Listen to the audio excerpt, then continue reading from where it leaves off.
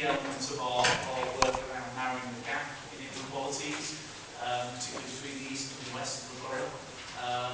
So this is, for me, an absolutely critical project. I am personally completely sold on the asset-based community development philosophy. Those of us who heard Conrad Russell speak on this at the Flora Pavilion about a month or so ago, I think couldn't fail to be inspired about this approach. So I think it is a really worthwhile project that we should support. I think that final recommendation you've moved, Tony, I think addresses the question that we've been asking about. Well, if we're really going to make this happen, do we need to give a long-term financial commitment to this project? And in principle, certainly I'm very sympathetic to that argument. However, I think it is important that we get the project up and running first, and that we get some clear kind of evidence of the results that it's producing. So I think for me, this is a two-stage process. We'll commit the 100,000 that you mentioned. We then need to have a period where we get everything set up, and then we need to have a kind of an evaluation, review report, and then I think clearly, if the evidence is there, I think that will make it much easier for us as a cabinet to make a decision about future years funding. But I think, in fairness to other calls on the budget, we are going to have I suspect we're going to have other proposals for growth, and we need to obviously look at all of them in the round. I think that's important. So I am very sympathetic, Tony, as I know you are, to giving a long-term commitment, but I think we need to take this at each stage at a time. I think that's the kind of thrust behind that. I think that is good. I mean, I'd like to say that a lot of work has gone into this completely working group. It's not something that people have just sat down and come up with, and it's a lot of creative thinking that's gone on there, and looking at the communities that would benefit from this. And I think it would be an excellent sort of project to involve. And as you say, we'll look at the evidence after the 12 months, and hopefully, we will be able to continue with that. But it is an excellent project, and I think we should see big benefits from it. Great. Okay. So, can I ask Cabinet, can we agree those recommendations? Agreed. Fantastic. Thank you very much. So, just on now to the finance section of the agenda. Very briefly, I'll deal with these items. Item 16 is the financial outturn for 2012-13, and I won't sort of spend a huge amount of time on this, but I think it's just worth noting that the outturn for 2012-13 has come up with a final overspend of 4.7 million, which is 2.7 million less than the projection at month 11.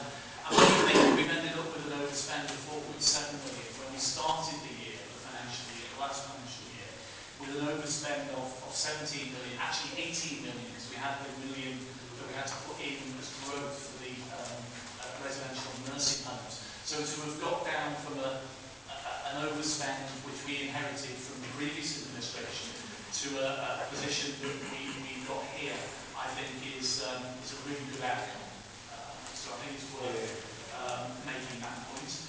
I'm pleased that we've been able to increase reserves from 13.6 million at the start of the last financial year to 17.2 million at the year end. And I think that's very close to the target we've set ourselves of 17.7 million by the end of 2014-15. And clearly, we've said that we need to recognise we face some further difficult decisions, and there are risks still with our financial position. So it's good that we've got balances at such a healthy level. We've been able to, in the last year as well, release earmark reserves of 26 million to help meet, again, the various challenges. We've talked about bad budget, bad debts.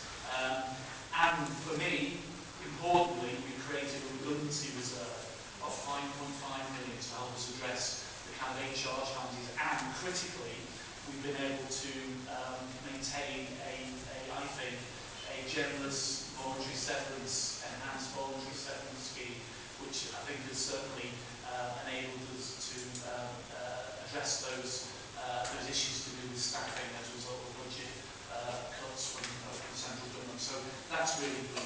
And on capital, I think we've now got a more robust procedure in place for monitoring the capital programme, and also, pleasingly, we've been able to use our capital receipts in the last financial year to reduce our overall borrowing costs by about 200,000, and we returned £900,000 to balances. So all in all, given where we started from, I think it is a really good report in terms of the outturn. And I'd just like to really thank Peter Timmins, our interim Director of Finance, and his team for an absolutely fantastic amount of work they've done to get us to where we are now. So I'm going to ask Cabinet if we could agree recommendations in paragraph 2 on this report. Is that agreed? Okay, thank you. Agenda item 17 is financial monitoring 2013-14, month 1. So not a lot of information that we've collected thus far. However, very briefly, I just wanted to highlight the issue that I was raised here, that we've now got in place, I believe, I think it's essential that it is in place, a really robust monitoring process for making sure that we deliver our savings. You know, because I think one of the messages from the PHR's team is, okay, you've agreed, you've made some difficult decisions, but we can't allow ourselves to be in a position that we inherited where savings that were agreed were not delivered. So I think we have got a very robust monitoring process in place, which is set out in paragraph 10.1 about what we're doing on monitoring the savings that have been agreed. And the other point I wanted to make is just to underline the issue that is raised in paragraph 5.1, as well as tracking the savings to make sure that they're delivered. We are assuming that where there is slippage, you know, strategic directors will implement replacement savings. You know, it's the old phrase about consuming your own smoke, because we cannot allow overspends. So I think that's an important message, not just to Cabinet, but to officers as well. So with those comments, can I ask Cabinet to agree recommendations in paragraph 2? Agree. Thank you very much. And the item 18, the final item under finances, committee referral, annual report of the Audit and Risk Management Committee. I would just like to recommend that we approve this report, but also to place our thanks to the Audit and Risk Management Committee.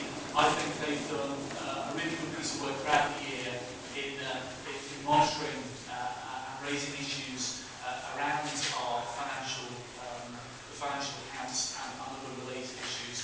So I'd particularly like to thank Councillor Jim Crabtree, the Chair, and all members of that committee. So I'm asking Cabinet that we approve the annual report, draft annual report from Audit and Risk Management. Is that agreed? Thank you very much. Right, on to one item under Highways and Transportation, which is the Local Sustainable Transport Fund 2013-14. Councillor Harry Smith, Cabinet member, is taking a well-earned break, so I'll briefly introduce this item. I think it's good news that we have secured just over £1 million from major funding, 235,000 of key component funding under the Local Sustainable Transport Fund for 2013-14.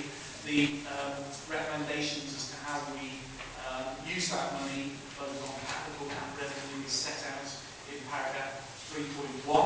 I'm not intending to go into the detail, but just to take you to paragraph 14, where the recommendations are, which is to approve the delivery of the Local Sustainable Transport Fund capital programme set out in section 3, approve the delivery of the revenue programme set out in section 4, and delegate authority to head of environment regulation in conjunction with the Cabinet member for street, sea and transport and party spokespersons to make any necessary adjustments to priorities within the programme should the need arise due to financial conditions or other factors. So I'll simply move those recommendations. Is that agreed? Thank you very much.